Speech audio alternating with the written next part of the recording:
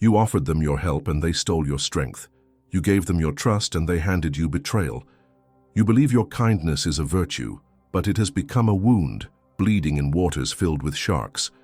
Why does your goodness, your innate desire to bring comfort and aid to others, consistently lead to your own ruin? The answer is a profound secret, hidden not within the pages of morality, but in the cold, timeless architecture of strategy. There exists a pervasive affliction that preys upon the well-intentioned, a spiritual malady that cunningly disguises itself as nobility. It is the subtle, creeping disease of being accommodating to a fault. This sickness manifests in the automatic smile to an insult, the instantaneous yes to an unreasonable demand, the deeply ingrained terror of causing a moment's friction. You have been taught to interpret this as compassion, to label it as inherent goodness. The world, however, a relentless and impartial proving ground, perceives it with stark clarity. It is a profound and inviting vulnerability. This is the path of the herd, the trodden, predictable road of the masses. It is a life spent meticulously constructing the very cage that will contain you, forging each bar with a self-sacrificing act, and then handing the keys to anyone who expresses the slightest need. You operate as a magnificent fortress, with its gates deliberately flung open. Your most precious resources, your time, your emotional reserves, your very life force, left exposed for any passing opportunist to claim. They are treated as a public commons because you have never dared to declare your soul a sovereign kingdom, worthy of defense. This instinct for appeasement is not a choice. It is a compulsion, a deeply rooted emotional reflex born from a primal fear of ostracization and conflict. You contort yourself so you will not be broken. You yield so you will not be challenged. You placate so you will not be abandoned. In this ceaseless, frantic choreography of agreeableness, you broadcast a single, devastating signal to the universe. My needs are secondary to your wants. My boundaries are imaginary lines in the sand, ready to be washed away by the tide of your desires. My self-respect is an asset to be bartered for your fleeting approval. This is not a message of peace. It is a formal, engraved invitation to attack. Predators of the social realm are not primarily drawn to overt aggression. They are guided by an unerring instinct for frailty. They can sense the one who will not or cannot fight back. Your inexhaustible benevolence does not build bridges of mutual respect. It erects a feeding trough for the insatiable hunger of the entitled, the manipulative, and the emotionally vacant. You systematically drain your own reservoirs to quench the thirst of those who would watch you perish from dehydration. In your delusion, you mistake their parasitic dependence for loyalty, their incessant demands for a sign of your own importance. The inevitable result is a hollowed-out existence, a quiet life of simmering resentment and utter confusion at the casual cruelty of a world you tried so desperately to pacify. You have become the architect of your own misfortune. A smiling casualty in a war you refuse to acknowledge is even being waged. This is the unchangeable fate of the lamb that believes its gentleness will somehow persuade the wolf to change its nature. But there is another way, a path that is not illuminated by the sentimental glow of parables, but by the cold, clear light of master strategists. It is the way of the sovereign individual, the way of the discerning mind. The great general Sun Tzu, whose wisdom has guided emperors and titans of industry, teaches us a foundational principle. He who is prudent and lies in wait for an enemy who is not will be victorious. Understand this now. Your life is a series of campaigns. Your interactions are tactical maneuvers, and your kindness, which you have treated as a fragile liability, is in fact one of your most formidable weapons. The fatal error has been in using it as a shield, and a shield made of glass, shattering upon first contact. The strategist comprehends a fundamental truth that has eluded you. Authentic power is not discovered in constantly reacting to the world's provocations, but in compelling the world to react to your deliberate presence. The strategist does not dispense their magnanimity like cheap currency at a carnival. They invest it with precision, where it will yield the greatest return, be it in loyalty, in strategic alliances, or in the quiet accumulation of influence. The philosophy of Sun Tzu does not call for you to become cruel, but for you to become impenetrable. It demands that you recognize the first and most important war is the one waged against the enemy within, your own desperate craving for external validation. The strategist's compassion is not a default setting. It is a calculated action, a conscious decision made from a position of unshakable inner strength and absolute self-possession. It represents the crucial difference between a meandering river that is diverted by every fallen log and a great mountain that stands implacable, forcing the currents of the world to bend around its unyielding form. Your first decisive step on this superior path is not to act, but to become still, to cease all movement and simply observe. You must transform yourself into a student of human nature, learning to read the subtle topography of intention. Who in your sphere is worthy of the gift of your energy? Who regards your generosity as a treasure, and who perceives it as a tribute you are obligated to pay? The fool speaks incessantly to be liked. The master remains silent to understand. It is within this profound stillness that you begin to reclaim your power. You cease to be a predictable, easily exploitable resource and begin your metamorphosis into an unreadable, formidable force. Your kindness, once the source of your greatest pain, starts its alchemical transformation. It becomes a scalpel, sharp and precise, to be deployed not at the whim of others, but at the sole command of your own will, for the advancement of your own grand purpose. You will soon discover that a single no, spoken from a place of deep calm and unshakable resolve, carries more weight and commands more respect than 1,000 hollow yeses whispered from a state of fear. For kindness without strategy is the sacrifice of the lamb. Kindness with strategy is the hunter's bait. Comment, "My kindness is a choice," to affirm your power, and subscribe to learn how to fortify your defenses. To transform your nature from a liability into a weapon, you must first understand the fundamental mechanics of invisible warfare. The battles that define your life are not fought with fists, but with perceptions, not with swords, but with an understanding of human psychology. Sun Tzu's art is the art of winning without confrontation, of making your position so unassailable that conflict becomes an illogical choice for any potential adversary. This requires the mastery of three core principles: the deep excavation of knowledge, the fortification of your terrain, and the subtle deployment of strategic deception. These are not disparate tactics, but an interconnected system of personal sovereignty. First, you must obey the most sacred commandment of the strategist: know the enemy and know yourself. In 100 battles, you will never be in peril. You have spent a lifetime studying others, attempting to anticipate their needs and desires. This is a fatal misdirection of your intelligence assets. The most dangerous enemy you will ever face is the traitor within your own mind. The deep-seated need for approval, the echoing fear of being disliked, the compulsive impulse to smooth over every social friction. This is the true adversary, the ghost in your own machine that pilots you towards self-sabotage. Therefore, your first campaign must be one of ruthless self-espionage. You must descend into the catacombs of your own motivations and interrogate the shadows you find there. Why do you feel the compulsion to say yes when every fiber of your being screams no? Is it a learned behavior from a childhood where your value was tied to your utility? Is it a fear of the void, a terror that without your constant offerings you will be deemed worthless and abandoned? You must become an archaeologist of your own frailties, excavating the origins of your people-pleasing instinct until you can look it in the eye and understand its power over you. This is not an exercise in self-pity. It is the gathering of critical intelligence. To know that your desire to be liked makes you vulnerable to flattery is to build a defense against it. To understand that your fear of conflict makes you susceptible to intimidation is to begin the process of neutralizing that threat. True self-knowledge is the ultimate form of power, for you cannot be manipulated by strings you can see. Once you have mapped your own internal weaknesses, they cease to be liabilities and become tripwires, alerting you to the presence of an encroaching manipulator.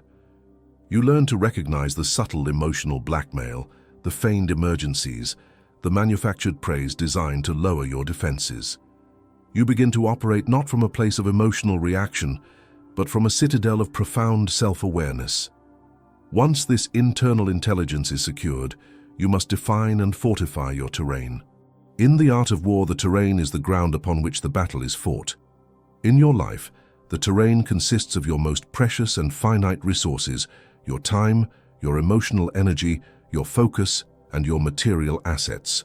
For too long, you have allowed this sacred ground to be treated as a public park, open for anyone to wander through, to exhaust, and to contaminate. The strategist understands that control of the terrain is a prerequisite for victory. You must now become the absolute sovereign of your own domain. This is achieved through the establishment and enforcement of boundaries. Boundaries are not walls you erect out of spite. They are the fortified, patrolled borders of your kingdom. They are the clear declaration of what you will and will not accept. Saying no to a request that drains your energy is not an act of rejection, it is an act of border security. Limiting your availability to those who have proven themselves to be allies, not invaders, is not selfishness. It is prudent resource management. Sun Tzu advises to build your opponent a golden bridge to retreat across. When you enforce a boundary, you do so not with anger, but with a calm, unshakable finality that offers no room for negotiation. This impassive defense makes the cost of assaulting your territory psychologically exhausting for the aggressor. They are accustomed to fighting against emotional resistance, which they can manipulate. They are utterly unprepared for the silent, immovable presence of a well-defended border. Each time you calmly enforce a boundary, you increase the fortification. Your reputation begins to precede you. Would-be exploiters who rely on easy targets will learn that an incursion into your domain is simply too costly and will seek more fertile, less defended ground. Your kingdom becomes a place of peace, not because there are no threats, but because the price of invasion has been made prohibitively high. With your self-knowledge as your guide and your boundaries as your fortress, you can now wield the most subtle and powerful tool of all, deception. Sun Tzu declared, "All warfare is based on deception." In this context, deception is not about lying or fabricating falsehoods. It is the art of being strategically formless. Be subtle, even to the point of formlessness. Be mysterious, even to the point of soundlessness. Thereby you can be the director of the opponent's fate. The person who is easily exploited is tragically predictable. Their patterns of kindness are mapped. Their triggers for compliance are known. Their resources are visible. The strategist eradicates this predictability. You must make your kindness, your availability, and the extent of your resources unknowable. One day you may offer profound assistance for a worthy cause. The next, you may be completely unavailable for a trivial demand. You become a puzzle that cannot be solved. This strategic ambiguity forces others to approach you with caution and respect, as they can no longer operate on assumptions. Your generosity, when it does appear, is no longer taken for granted as an entitlement. It is received as a rare and valuable gift, magnifying its impact and the gratitude it inspires. You are not being unkind. You are simply refusing to provide a clear target. You are a mist that cannot be grasped, a shadow that cannot be pinned down. By controlling what others know about you and your capacities, you control the entire dynamic of the engagement. You force them to operate in a fog of uncertainty, while you move with the clarity of your own purpose, forever holding the strategic advantage. This is the essence of invisible power, to shape the battlefield in such a way that your victory is secured long before any direct engagement is ever considered. The principles of invisible warfare are not mere external tactics. They are the direct manifestation of a mind that has achieved absolute dominion over itself. The strategies of fortifying your terrain and becoming formless are useless if the ruler of the kingdom, your own consciousness, is in a state of civil war. The true battlefield, the place where all victories are forged and all defeats originate, is the silent, boundless theater of your own mind. To master others, you must first cease to be a slave to yourself. This is the paramount lesson of the psychological war. The external world is merely a mirror reflecting the order or chaos you cultivate within. The first and most critical campaign is the conquest of your own emotional landscape. A mind clouded by impulse is the strategist's greatest liability. Consider the unseasoned general, a man of immense passion but little discipline. His anger at an enemy's insult will cause him to abandon a superior position for a foolish, premature attack. His pride will prevent him from accepting wise counsel, leading his army into a predictable trap. His impatience for a swift conclusion will force him to commit his reserves too early, leaving him vulnerable to a final, crushing counter-assault. These are not just emotional failings, they are catastrophic strategic blunders. Your own life is no different. The subtle sting of a backhanded compliment, the surge of irritation at an inconvenience, the gnawing impatience for recognition, these are the very forces that compromise your defenses. They are the internal traitors that whisper for you to react, to expose your position, to abandon your carefully laid plans. The undisciplined mind is a leaky vessel, spilling vital energy with every emotional swell. The master strategist, however, learns to command these currents. The goal is not to become a passionless void, but to achieve a state of sublime detachment. You must cultivate the ability to observe your own emotions as if you were a general on a high vantage point, watching the chaotic movements of your own troops below. You see the anger rise, you note its color and its texture, but you do not give it the reins. You feel the pull of vanity, you acknowledge its seductive song, but you do not obey its commands. This is the essence of impassivity, not the absence of feeling, but the refusal to be dictated by it. The first true victory you will ever claim is the victory over your own reactivity. When you can endure provocation without flinching, when you can refuse a demand without guilt, when you can watch the drama of the world unfold without being drawn into its vortex, you have conquered the primary enemy. You have secured the citadel of your own mind, and from this unbreachable fortress, all other campaigns can be successfully waged. Once this internal sovereignty is established, you can begin to deliberately sculpt the perceptions of the outside world. The average person is a transparent entity, their desires, fears, and intentions radiating from them like heat. They seek to be understood, to be liked, to be validated. The strategist seeks something far more potent, to be an enigma. Your objective is not to be loved or hated, but to be respected, and perhaps even a little feared, for your sheer inscrutability. Here you deploy one of Sun Tzu's most profound teachings: appear weak when you are strong, and strong when you are weak. The naive individual believes strength is displayed through overt action, loud declarations, displays of resources, immediate retaliation. This is a fatal error. It is the bluster of the insecure. True psychological dominance is achieved through its opposite. When you are strong, when you possess ample resources of time, energy, or knowledge, you appear reserved, perhaps even slightly disinterested. You do not offer your capabilities freely. This forces others to question, to probe, to invest their own energy in trying to understand you. Your power grows in their imagination. Conversely, when you are in a position of vulnerability, you project an aura of unshakable calm and control. You do not reveal your anxieties or your limitations. Your composure becomes a psychological shield, making potential aggressors hesitate, unsure of the true extent of your defenses. They are forced to wonder what hidden strengths you possess that allow for such serenity under pressure. You are no longer an open book to be read and exploited. You have become a complex, layered text that requires immense effort to decipher. This calculated manipulation of perception creates a permanent strategic advantage. People are unnerved by what they cannot categorize. Your unpredictable calm, your selective engagement, your refusal to be emotionally provoked, all of these contribute to an aura of immense, quiet power. They will see you as a force of nature, a being who operates on a different set of principles, and they will afford you a level of deference they would never grant to a predictable, emotionally volatile peer.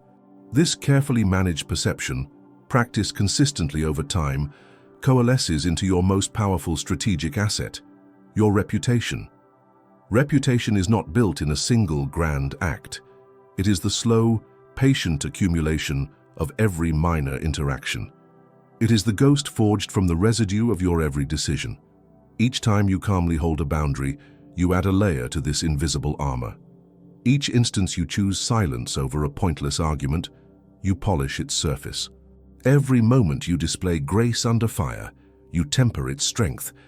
This reputation becomes a living, breathing entity, a silent herald that announces your presence and dictates the terms of engagement before you have uttered a single word. It is the shadow that enters the room ahead of you, causing a subtle shift in the atmosphere.